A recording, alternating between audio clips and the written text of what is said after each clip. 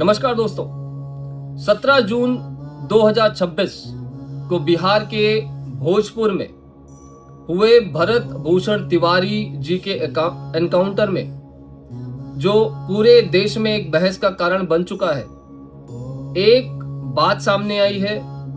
उनका पोस्टमार्टम हुआ और पोस्टमार्टम ने इस बात को और गंभीर बना दिया है। पोस्टमार्टम के अनुसार भरत तिवारी जी को 5 गोलियां लगी और सभी गोलियां कमर के नीचे लगी हैं। आखिर इसका क्या मतलब है? पुलिस क्या कह रही है? परिवार का क्या आरोप है? और अब जांच कहां तक पहुंची है, आइए जानते हैं। उससे पहले अगर किसी भी व्यक्ति को यह लग रहा है कि मनुवाद या कोई भी तरीके का हम सामाजिक अव्यवस्था की बात कर रहे हैं, तो शायद आप गलत हैं। हम बात कर रहे हैं उस इंसान की जिसने सिर्फ ब्राह्मण होकर ब्राह्मण के लिए नहीं लड़ा, वो अपने समाज के हर धर्म, हर जाति, हर वर्ण के लिए लड़ा। ये भीड़ जो आप देख रहे हैं, ये भीड़ उसके लिए है जो इंसान पूरे समाज को अपना मान के चलता था। उसने कभी ये नहीं कहा कि मैं क्षत्रिय के लिए लड़ रहा हूं, मैं ब्राह्मण के लिए लड़ रहा हूं, मैं शूद्र के लिए लड़ रहा हूं और मैं वैश्य के लिए लड़ रहा हूं। अगर किसी आदमी के दिमाग में ये गंदा कीड़ा रेंग रहा है तो उसको निकाल दीजिए। पहले बात जानिए, फिर बोलिए और फिर कमेंट करिए। तो आते हैं पोस्टमार्टम रिपोर्ट पर। पोस्टमार्टम रिपोर्ट में जो आधिकारिक रूप से गवर्नमेंट ऑफ इंडिया के द्वारा दिया गया है, उसके अनुसार उनको 5 गोलियां लगी। तो भरत तिवारी जी के इन हिस्सों में 5 गोलियां लगी। पहली गोली बाईं जांघ के ऊपरी हिस्से में, दूसरी गोली बाईं जांघ के अंदरूनी मध्य भाग में, तीसरी गोली दाईं जांघ के अंदरूनी भाग में, चौथी गोली दाईं जांघ के अंदरूनी हिस्से से होकर बाहर निकल गई, पांचवी गोली बाएं पैर के पिछले मध्य भाग में लगी। रिपोर्ट के अनुसार सभी गोली के घाव कमर के नीचे पाए गए हैं। पुलिस का दावा है, पुलिस और एसटीएफ का कहना है कि वे भरत तिवारी को गिरफ्तार करने गए थे। उनके अनुसार पहले उसने आत्मसमर्पण करने को कहा, लेकिन उसके बाद उन्होंने पुलिस पर गोली चला दी। इसके बाद आत्मरक्षा में पुलिस ने जवाबी कार्रवाई करी। पुलिस का कहना है कि उन्होंने उनके पैरों में गोली चलाई ताकि उनको जीवित पकड़ा जा सके। बाद में इलाज के दौरान उनकी मौत हो गई। मेरा एक सवाल है,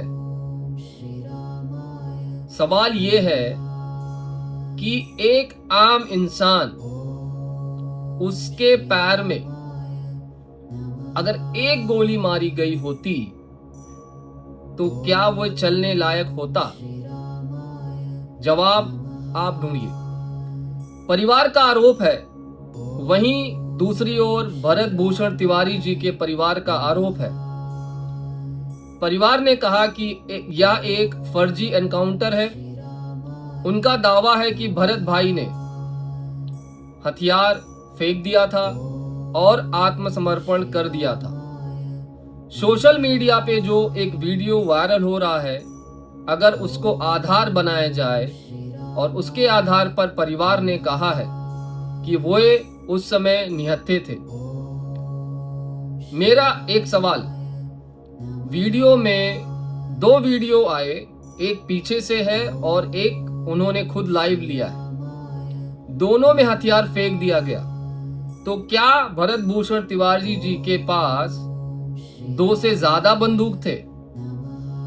इसके बावजूद उन्होंने, पुलिस वालों ने उनको 5 गोली मारी और वो भी नजदीक से। इन आरोपों की जो सत्यता है उसकी पुष्टि अभी भी बाकी है। जांच अभी भी चल रही है।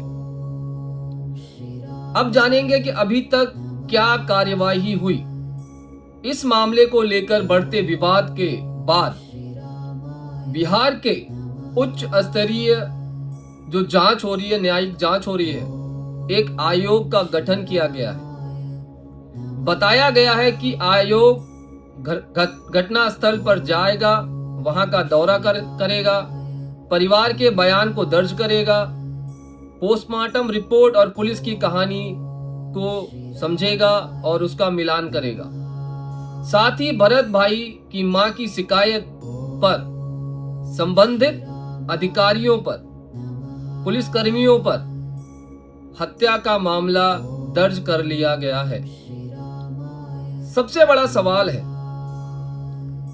पूरी घटना पे अगर नजर डालें, क्या पुलिस ने जो भी काम किया या कार्रवाई की वो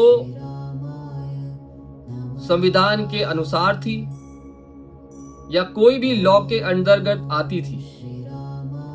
क्या आत्मरक्षा में गोली चलाना आवश्यक था? अगर आवश्यक था तो एक गोली से काम क्यों नहीं हुआ? 5-5 गोली क्यों चलाई गई? क्या वायरल वीडियो पूरी घटना को दिखाता है या उसका एक पार्ट है? पोस्टमार्टम रिपोर्ट और अन्य जो भी साक्ष्य हैं वो क्या निष्कर्ष देंगे? इन सभी सवालों का अंतिम जवाब न्यायिक जांच और अदालत के प्रक्रिया के बाद होगा। इस मामले में फिलहाल 2 अलग अलग दावे सामने हैं। एक और पुलिस आधिकारिक बयान बता रही है, दूसरी ओर परिवार और समाज के गंभीर आरोप हैं। पोस्टमार्टम रिपोर्ट ने नए सवाल जरूर खड़े कर दिए हैं। किसी भी पक्ष की अंतिम जिम्मेदारी या दोष अभी न्यायिक जांच और कानूनी प्रक्रिया से तय होना बाकी है। आपका इस मामले में क्या राय है? क्या आपको लगता है कि इस मामले की निष्पक्ष और पारदर्शी जांच होनी चाहिए?